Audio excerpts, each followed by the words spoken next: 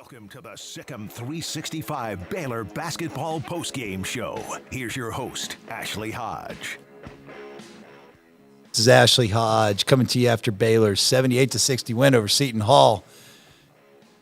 We exit the Big East, Big 12. That's a mouthful challenge with another victory. We didn't win last year. We lost at Marquette, but I think we're 2-1 in this challenge, if I'm not mistaken. Good win for the Bears tonight. They took care of business. They held a comfortable lead, jumped on them from the start. We were looking really strong offensively in the first half. Struggled a little bit offensively at times, but you got to love the 1.26 points per possession. They're still number one in KenPom in offensive efficiency. Their shooting numbers were good, 55% from two-point shots, 46% from three, 80% from the free throw line. You'll take all those numbers. Did a good job on the offensive glass.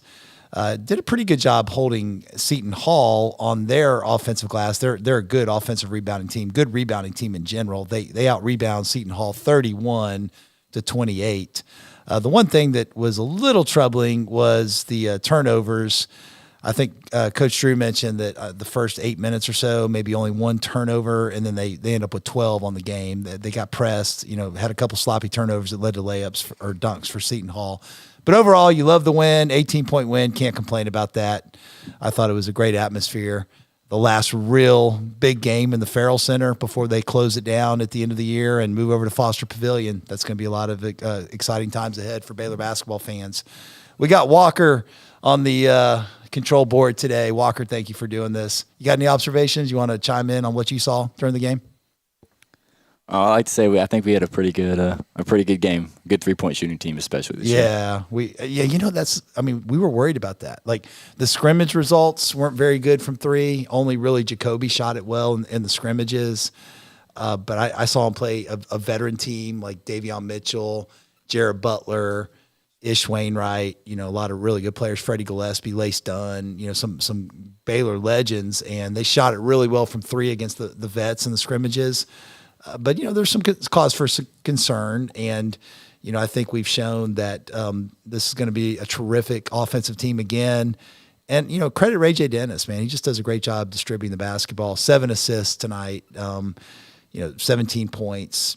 He's just so efficient. He's an outstanding basketball player. Jacobe Walter is going to be joining us here soon, and he's going to put on a headset and take calls. This is a call-in show.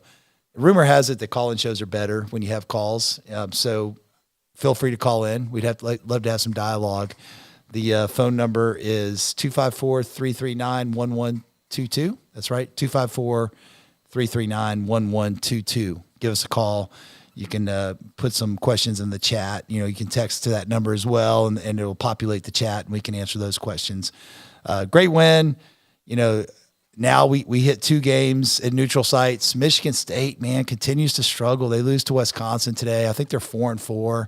So that game's losing a little bit of luster from as far as being a marquee matchup. But, man, that's a must-win. You're going to be playing against a team that's going to be desperate for a win and on really their home turf in Detroit. So I think we're going to get Michigan State's best game of the season. And then you go to New York and you play Duke, and that's going to be a big challenge too. Probably one of the most, 3 or 4 most talented teams in the country for sure. We got any calls? Loaded up? All right. Who do we got? This is going to be Greg, and he's going to talk about basketball. Hey, Greg. Welcome to the post-game call-in show with Ashley Hodge. Greg Barnes here. Hi, Ashley. How you doing? I'm good. Big win tonight, huh? Big win. I got a couple of questions. Sure. I want to ask about why Johnson. I don't know how to say his name. Johnson. He didn't play. You know why? Johnson. I'm not familiar with the Johnson.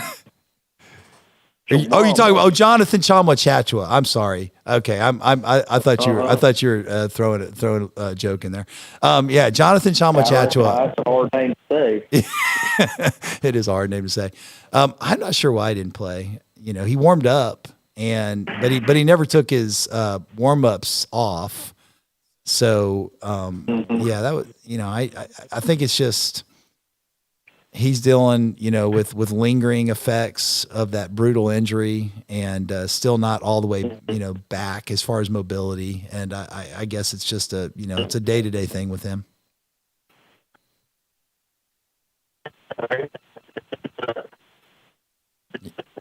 Oh, you're breaking up a little bit. Oh, we hear you now. Try your question again. You broke up when you tried to ask your second question.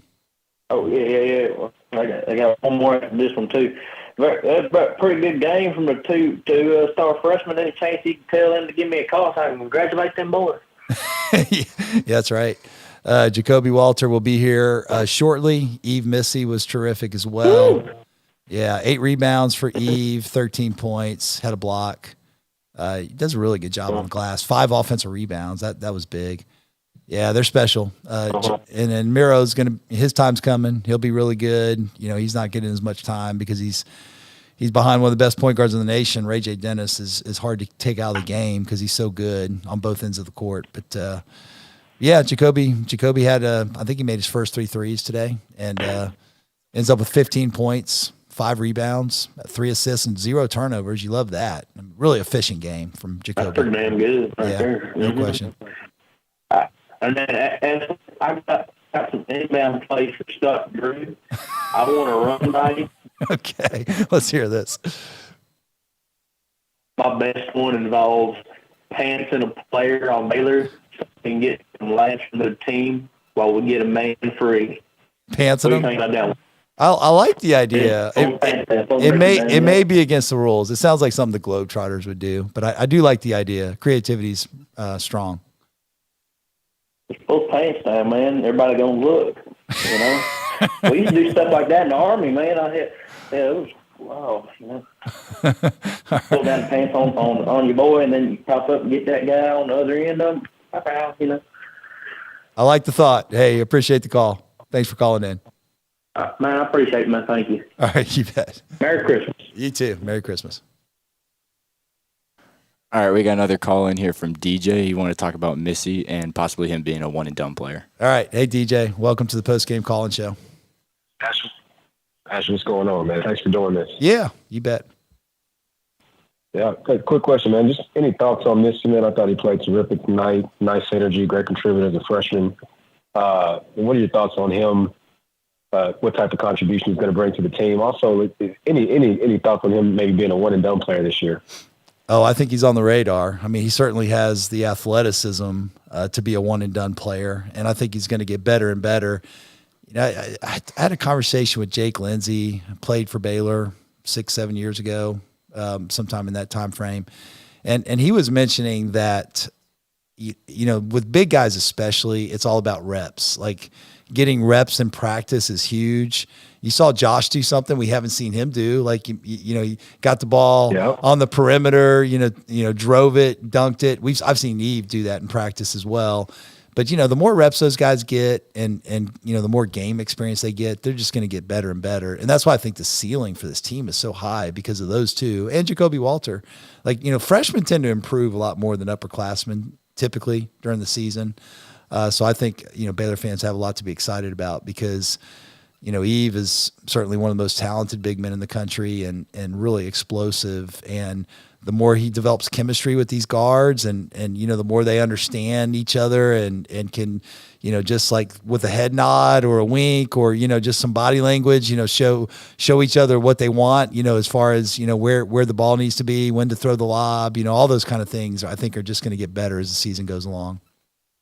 Yeah, I think he's a one and done risk. I mean, he's an interesting guy. Like he comes from a family that I think has money's not as big of an issue. So who knows? I mean, he might be a guy that he values education like that. That's brother went to Harvard. I mean, it could be a situation where he decides to stay another year. I don't know, but I mean, right now I think it's trending towards one and done.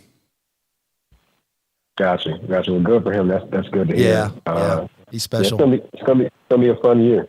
It's gonna be a fun year. Michigan State, Duke coming up, and shout out to Coach Staff. He got a pretty good introduction tonight. Good reception from the crowd. So I was happy to see that. Oh, Coach you?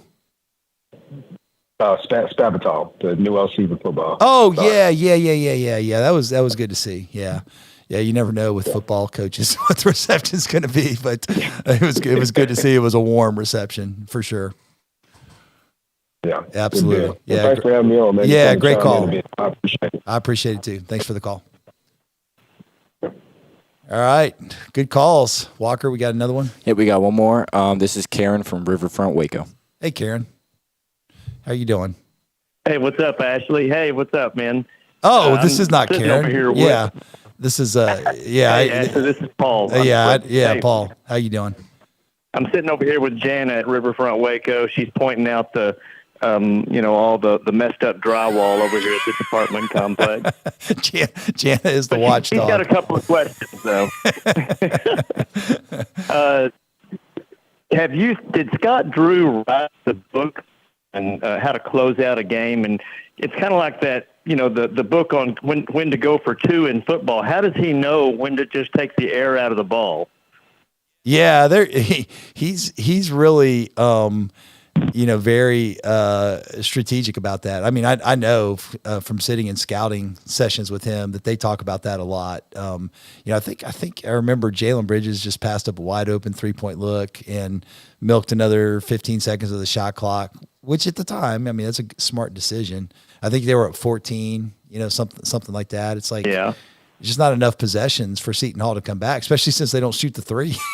They don't like shooting the three, man. They're 4 for 13, from 3-point range, and that's probably more than they normally take. They're not a team that they live in the paint. That's their MO. And man, it was interesting because Richmond for them did such a good job. Especially when he got matched up on Nunn and backing him down. Yeah. And just nice little turnaround in the paint, but they kind of went away from that because Nunn was covering him, the whole last 5 minutes or so, and they kind of went away from that strategy, which I thought was interesting because it was almost like a bucket every single time they did it for a stretch there. Oh yeah, I was glad to see that too. I turned to my wife and just said, "We cannot take this guy one-on-one," in the first half. Yeah, Langston. I think Langston did a pretty good job on him, and Jacobe and Jalen when they got matched up on him. But yeah, he uses his size well. He's a legit 6'6", 6'7", and he likes to back guards down. He does a good job of that. Hey, last thing, Ashley, Jana wants to know your opinion on Jacoby's new haircut. I'm gonna get a firsthand look at it here in a little bit, but yeah, he's throwing down some interesting hairstyles. I liked it. I kind of dug it.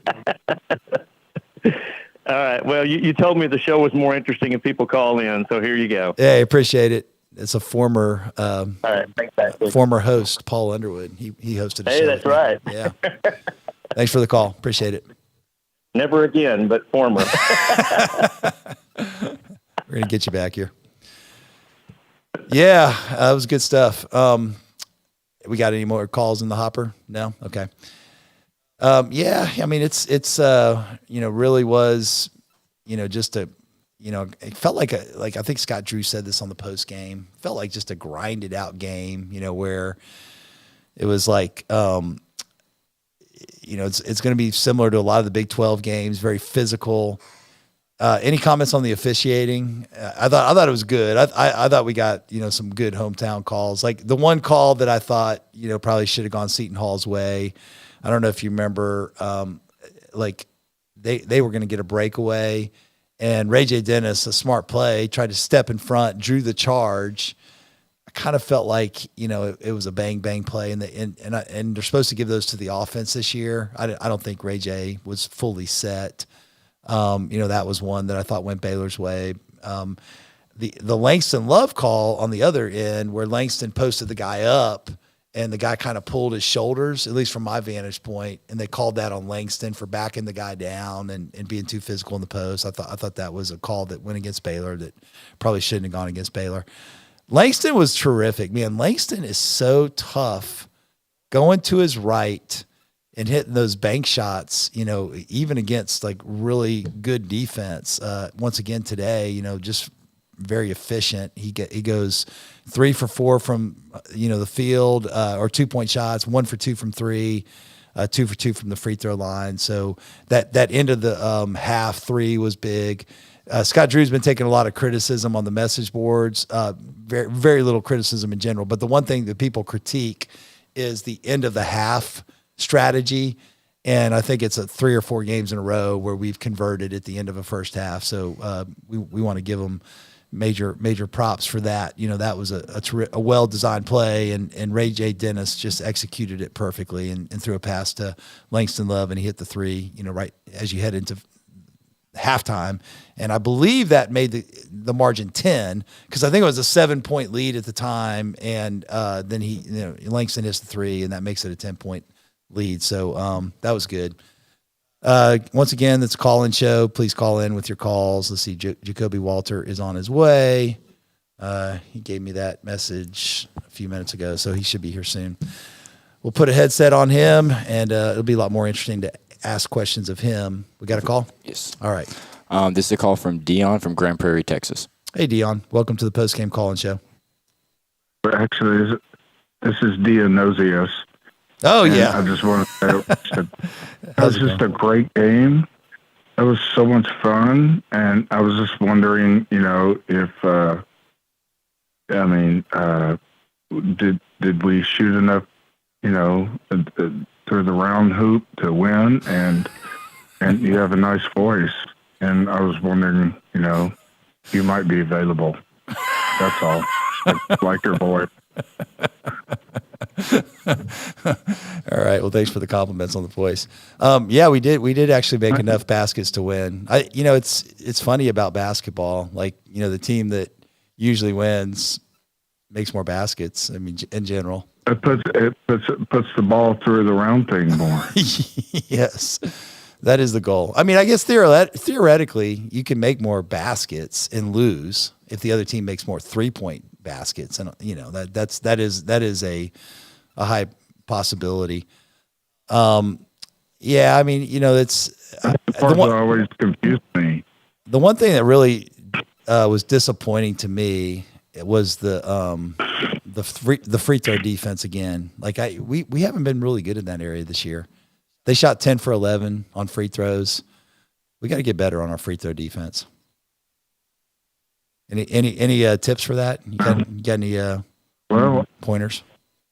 Well, when I was in the Nose Brotherhood, they always told me that you put the ball through round thing more than normally you win. So that's what's so confusing to me.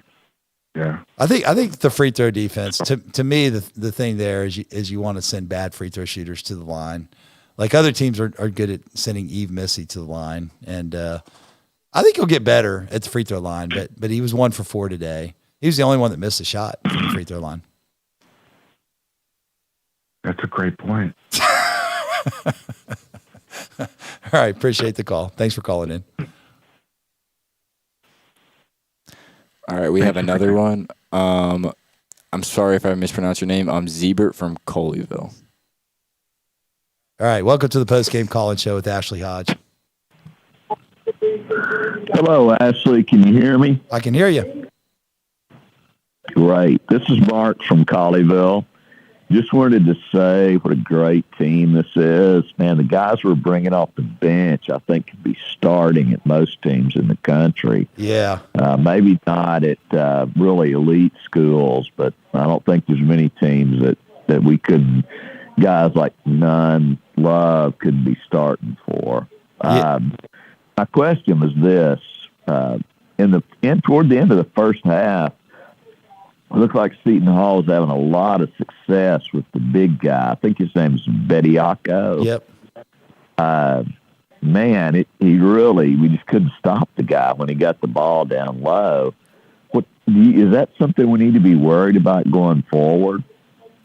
I think that goes to the point that I made earlier with Eve, Missy, and Josh Ojawuna. I think just repetitions. I think we'll get better at post defense, but just the way we were hedging some ball screens. I think, the challenge for Richmond, number one for Seton Hall, is he's a big guard.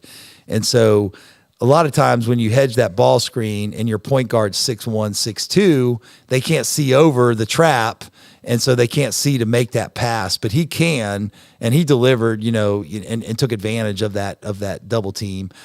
So I think that's an issue. I think we won't see a point guard like that in most games. But it's a great question. I think that's Jacobe trying to get in. All right. We're gonna let Jacobe in the studio here. Okay. Oh, here he comes. That's great. Thanks. Yeah.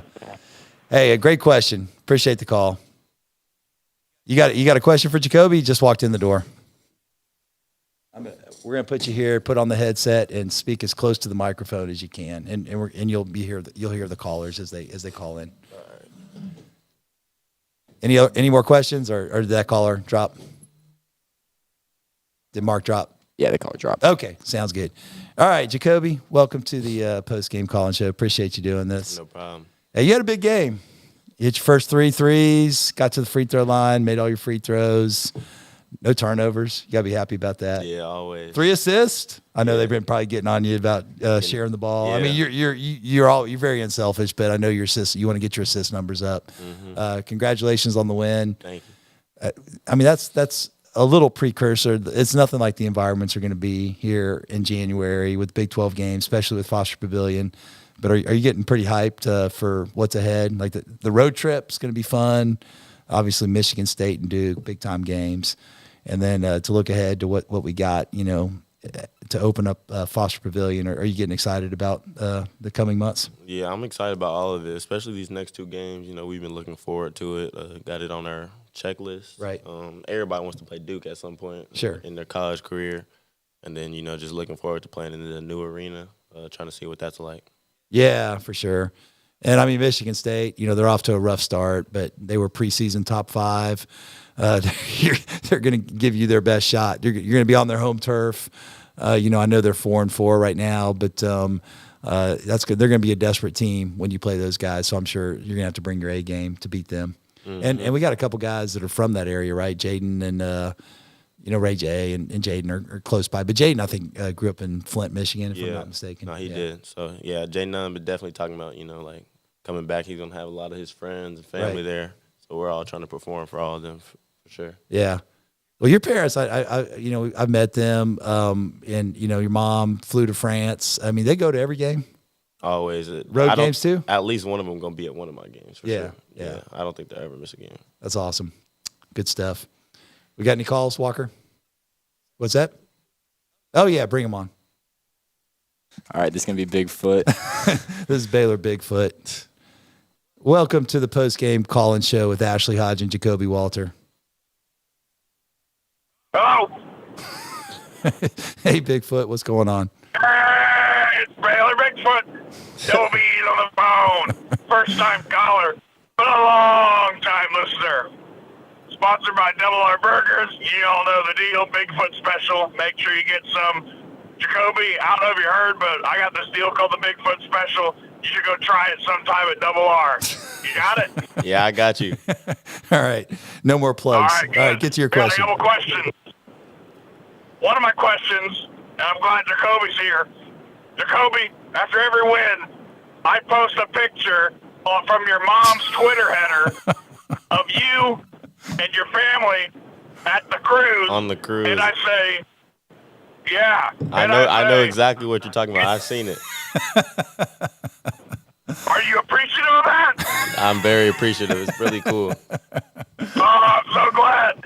I'm going to keep doing it for you, Jacobe. I appreciate I thought you you had a doing great game. Thank you. Now, I enjoy seeing those after every game. All right, you got any questions that for warms us? my heart. It really does. And you know what else warms my heart? What? It's the Bigfoot special at Double R Burgers. Fresh. No more plugs. No more plugs. You got any other questions? I'll take the Bayheim, or if you got some jokes about Bayheim or anything like that. But no more double R plugs. Jacobe, I want to ask you: do you find it easy to play tough defense against a hard team like this tonight when you've got so many great defenders alongside on your team with you? Say that again. Do you find it easier to play defense against a great team like Seton Hall when you've got guys around you like Jaden Nunn? And you yourself are a great defender, by the way. But do you find it's easier to play defense when the guys around you are good at defense? Oh, yeah, for sure. I just try to master intensity on the court. It's obvious if one of us aren't playing defense. So just having them around me, it gives us all energy on the court, and we just all trying to match that intensity. All right. Thanks, Baylor Bigfoot. Appreciate the questions. Is he gone? All right. Any other calls in the hopper? Oh, yeah, we have 3 more. All right. We have one caller from Waco, Texas. You're welcome to the postgame show with Ashley Hodge and Jacobe Walter. Waco, Texas. This 254 number is going to be the death of me. Hey, what's this up, is T-Rex? T-Rex. How you doing? I don't live in Waco. I'm pretty sure I'm not even allowed within the city limits currently. But anyways, what they don't know doesn't hurt them. Right. Hey, I don't have a specific question for the man of the hour there. And no, Ashley, that's not you. But something's been sticking out to me this season. It's a good thing. For the last few years, it seemed like we have really struggled with end of half, at least the first half, end of half offense. Like we either can't get the ball in, inbounded, or we can't score points. We turn it over. The other team gets a score regardless of what, if it actually makes a difference or not. But this year, it's like the complete opposite. And it makes me happier than that one time my mom bought me 2 birthday cakes when I turned 18. So I just want to know if Ashley, maybe because you go to the practices at times and stuff, or maybe the man of the hour there knows, but is something changed? Were we not practicing end of half, offense and defense, or maybe our team's just so loaded that it just naturally happens. Now, I don't know. I mean, we're going to win the Natty, so it doesn't really matter how many points we score at the end of half. But, I'm just curious. It's just something that I've been very critical of for the last 4 years or something, however long it's been.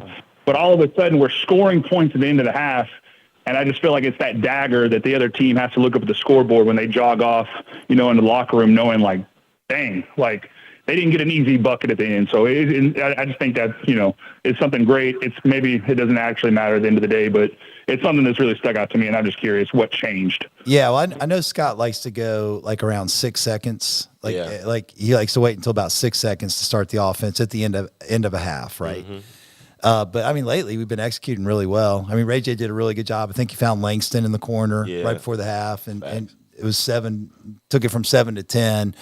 What's any thoughts? Is that something you guys work on a lot in practice, the end of the half routines? Yeah, I don't know what the last year's teams do, but this year for sure, we practice end of game, we practice end of half. Right. We play 3 minutes to the end of the half, so we always try to execute it for sure. And I think this year, we've been doing a pretty good job of executing it, like he was saying.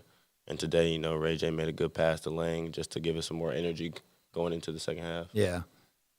Yeah, I mean, Ray J just navigates ball screens so well. He's able to get where he wants to with the ball. And are you surprised we're the number 1 3-point shooting team in the nation? I mean, did you expect that? Because you struggled in the scrimmages. Not you. You're the only one that shot well in the scrimmages, but your teammates struggled a little bit from 3 in the scrimmages. Yeah, no, I'm not surprised. We see the work that everybody puts in. Yeah.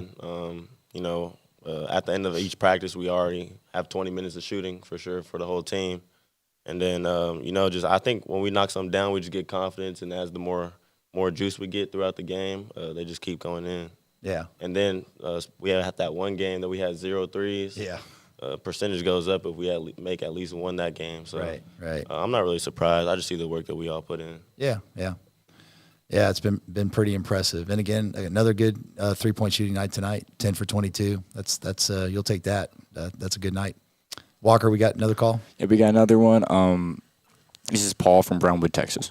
Hey, Paul. Welcome to the postgame call-in show with Ashley Hodge and Jacobe Walter. Hey, Ashley. Hey, this is for Jacobe. You're getting ready to play in a fabled NBA arena in New York City. There were probably about 47 NBA scouts watching you tonight. I just thought I'd give you a chance to maybe give me your top 5 all-time NBA players that you like. Top 5 all-time. I don't even know if I have a top 5 all-time, but I know who my all-time favorite is. KD for sure. 7 foot bucket.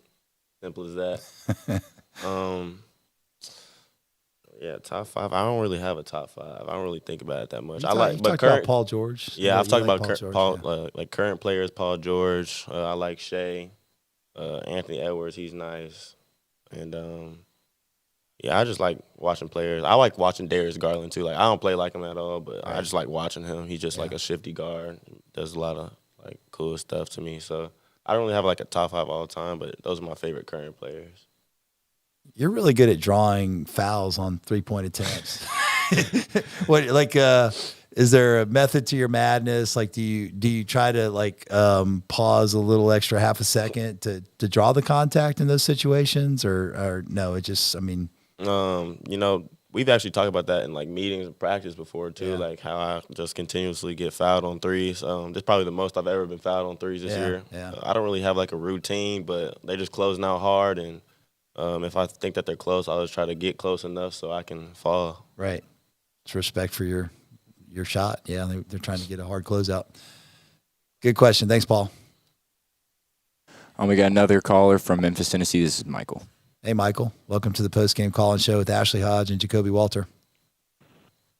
Hey, how are you doing? Jacobe, just want to congratulate you guys on the win. I feel like anytime you hold a Power 5 team to 60 points, you got to be proud of the defensive effort. But I just want to ask you about your 3-point shooting, because to me it's impressive how you're 14 for 26 from 3 in the 4 Power 5 teams that we've played. So is there something about like the bigger the game, the bigger the moment for you, or, just maybe talk on that a little bit? Because to me that's really impressive. I think it's just the way that they scout us and my teammates, they scout my teammates hard, which allows me to get open. And with games like this, I just got a lot of juice. My mindset going into it is different. And then when I hit one, I just gain a lot of confidence throughout these games. The crowd gets into it. My team gets into it. And I just try to keep knocking them down. I focus on my shots. And I just know how much work I put in before these games, especially the Power 5 ones. So, yeah, I think it's just more just me having more juice. And just when I knock one down, I just gain a lot of confidence. Yeah, great question. Thanks for the call. All right, so no more calls, but just tell me what are some of your favorite moments this year? I mean, you lit it up against Auburn. I mean, that had to feel great. Yeah, great venue. That was a great debut. I didn't expect that I would have, but yeah, that's definitely probably number 1 on the list. Did you? I talked to your dad a little bit about that venue. I mean, I think that's a cool. Like it's. It was cool. It was small, but it's. You feel like the crowd's on top of you, and there's a lot of energy in the building, right? Yeah, it was. It almost felt like a high school state championship type game. Right. Small gym, but it was nice. Yeah, for sure. Obviously tonight was a big night for you against a really quality opponent. You got 2 marquee games coming up. What's your final schedule? Tell me about Jacobe Walter, the student. How many finals do you have left? I have all my finals left. I still got my English essay to do, plus the presentation. Environment issues, still got 2 tests to do. And then theater, still got an essay. And then I got another test in intro to mass communications. I still got all my finals coming up. Been focused on school. Been a lot of sessions coming up. Well, I appreciate you doing this. This is GXG is sponsors all these NIL deals going forward, and I know this it counts as a GXG appearance for you, but it's big time that you would come do this. I really appreciate you taking time to do that. So you're done Monday? Or I got a son that's a freshman at Baylor, and I think he's done Monday. Is that right for you? Yeah, I'm not done Monday. I still got probably a full week coming up. Finals all next week? Yeah. Oh, okay. Yeah. But you got some time off. I mean, I know Scott Drew's probably going to be, a little bit easier on you guys with the final schedule. And then when do you get going after it hard for Michigan State? Is it that maybe do you have like a week of more of a of a softer schedule from a practice standpoint, or no? No, I don't think with Scott, with Coach Drew. Yeah. I don't think so. We probably get days rest, but first day we in practice, we going at it 4 hours. Okay, there you go. Do you like practice? I mean, it's it can be a grind. I mean, I know playing games is more fun than practice, right? But has it been a great experience?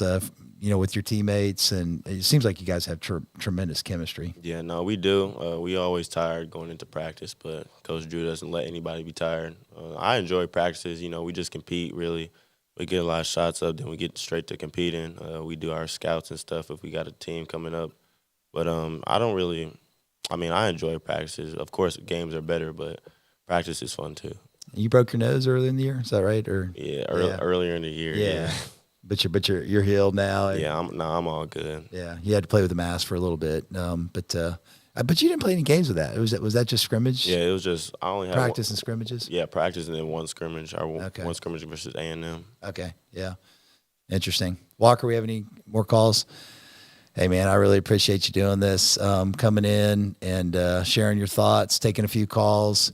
You've been listening to a Sikkim 365 post-game show with Ashley Hodge and Jacobe Walter. We got the Walter family here, his mom and dad, and who else? You're AAU coach, right? Yeah, we got Trey Young. That's right. Yep. Good to see you guys. And your girlfriend. You want to brag about your girlfriend a little bit? No, she's been here. She's here, chilling with me. She's come to the games too, so it's just nice to have her here. Yeah, that's great. You got a great family. Appreciate you guys supporting and appreciate you guys. Yeah. We got Robel here too. Robel, don't forget about Robel. Yeah. Good to see you. Mary, everybody here. Good circle. You got a great circle, no doubt about it. Well, we'll call it a wrap. We'll wrap it up. Ashley Hodge, Jacobe Walter. Good win tonight, 78-60. We got Michigan State and Duke, and hopefully, I know every game at Foster is going to be sold out. It's going to be electric. It's going to be awesome. We got one more at the Farrell Center, Mississippi Valley State, December 22nd, and then we head over to Foster. Sikkim Bears. Sikkim. Thanks, man. No problem.